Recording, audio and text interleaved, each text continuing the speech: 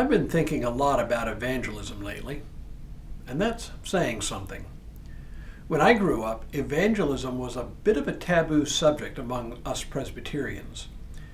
It felt like the province of slick revival preachers and carnival barkers, not something that reserved and polite Presbyterians did. But a long career in ministry has taught me the importance of evangelism, and that it's not really about slick preachers at all. For years now, I have repeated the old saw attributed to a man named D.T. Niles that evangelism is simply one beggar telling another beggar where he found bread. Is it that simple? Yes and no. Hello, I'm Stuart Baskin, pastor of First Presbyterian Church of Tyler, Texas, and this is your daily devotional for Thursday, May 15th, 2025. Do a Google search for evangelism and you'll see sites devoted to strategies for world evangelism, for ways to, quote, defend your faith, ways to witness to others. And along with these ideas and strategies are quotes from the Bible, with the last 5 verses of Matthew, the Great Commission, being the most often used. Go therefore and make disciples of all nations, baptizing them in the name of the Father and of the Son and of the Holy Spirit. There is an almost militant approach to evangelism that has grown up around this and other passages that many account for our Presbyterian reticence about the whole evangelism enterprise. But what if I told you that Presbyterians used to do evangelism and used to do a pretty darn good job of it? The problem is, we've lost our muscle memory, as it were. We've forgotten what it is and how to do it, and we think it's simply something we don't do. But what if our cultural understanding of evangelism were all wrong? Or at least, what if there were a different way to think about it? There's an interesting story in the Gospel of Mark that I think is a better representation of what it is. It is the story of what we call the Gerasene demoniac. There was a man living in the region of Gerasa, what is now Jerash, on the east side of the Jordan River and the east of the Sea of Galilee. He was reported to be possessed by demons, and he lived in caves, and if chained, he would break his chains. In short, he was a frightening figure to those who lived near him. One day, Jesus came near, and the man came to him and shouted, "What have you to do with me, Jesus, Son of the Most High God? I adjure you by God, do not torment me." In the conversation that follows, Jesus speaks to the demons inhabiting him and casts them out. The demons enter into a herd of swine who immediately rush headlong into the Sea of Galilee and drown. That's where we pick up the story. The swineherds ran off and told it in the city and in the country.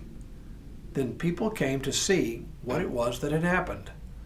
They came to Jesus and saw the demoniac sitting there, clothed and in his right mind, the very man who had had the legion, and they were afraid. Those who had seen what had happened to the demoniac and to the swine reported it. Then they began to beg Jesus to leave their neighborhood. As he was getting into the boat, the man who had been possessed by demons begged him that he might be with him. But Jesus refused and said to him, "Go home and tell your friends. Tell them how much the Lord has done for you and what mercy he has shown you." And the man went away and began to proclaim in the Decapolis how much Jesus had done for him, and everyone was amazed. Okay, I know there are lots of questions about this passage, but it is what Jesus says to the newly healed man and what the man does that are important right now.